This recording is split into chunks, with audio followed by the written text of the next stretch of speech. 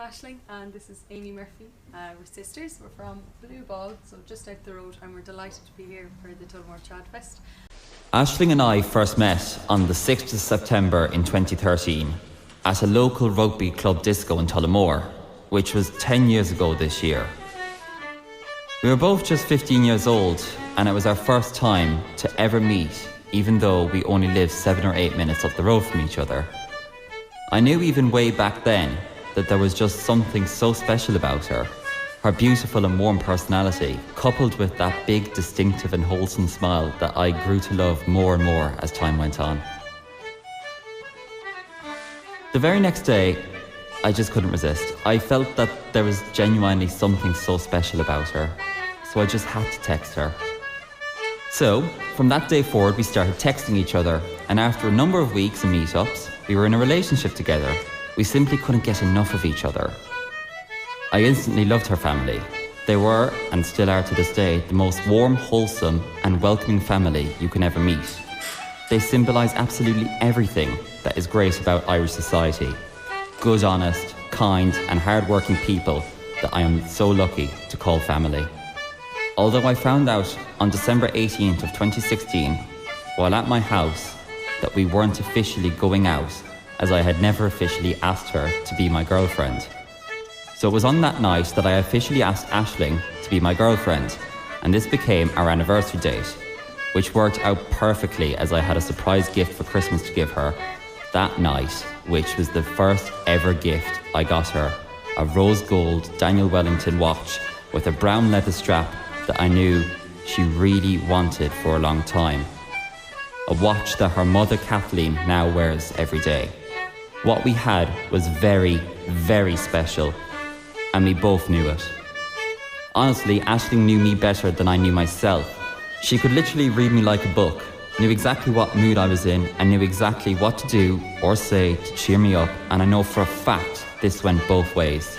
In the entire time that we were together, we never had one single disagreement or one single little argument, which is something I loved about our relationship.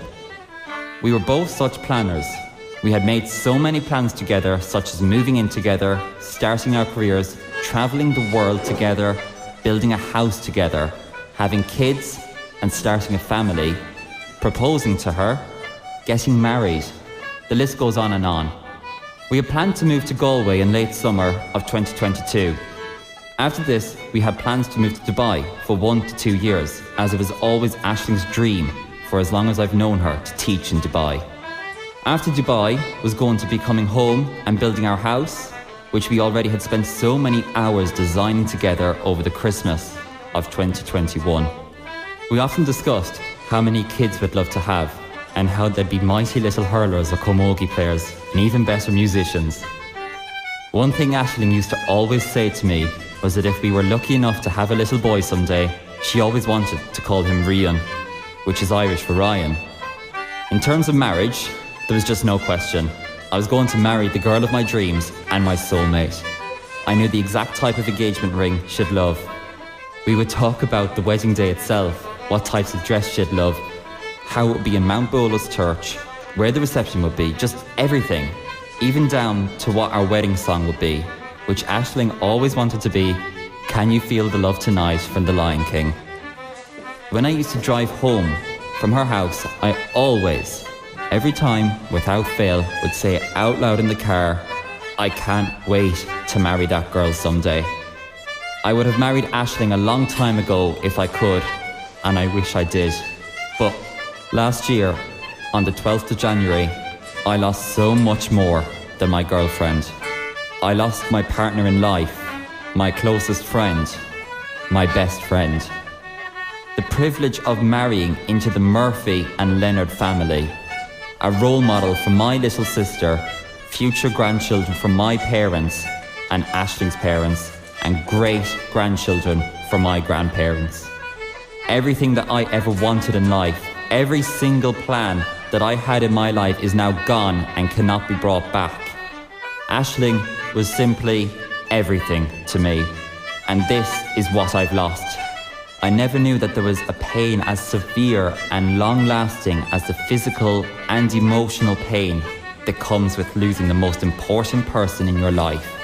It just doesn't make any sense to me how somebody who is just so insignificant, worthless, lowest of the low, burden to society, and overall a waste of life can completely and permanently destroy so many people's lives by taking the life of a person who is the complete opposite. A life with meaning, a life with dreams, a life of love and compassion, respect. A person who contributed to society in the best ways possible. It just sickens me to the core that someone can come to this country, be fully supported in terms of social housing, social welfare and free medical care for over 10 years. Over 10 years. Never hold down a legitimate job and never once contribute to society in any way, shape or form, can commit such a horrendous, evil act of incomprehensible violence on such a beautiful, loving and talented person who in fact worked for the state, educating the next generation and represented everything that is good about Irish society.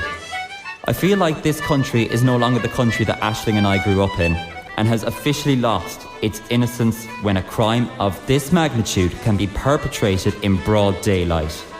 This country needs to wake up. This time, things have to change.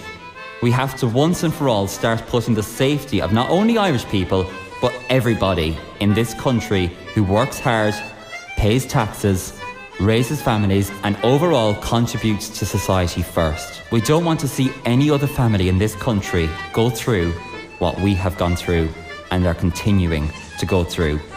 I don't think we will ever truly know why this evil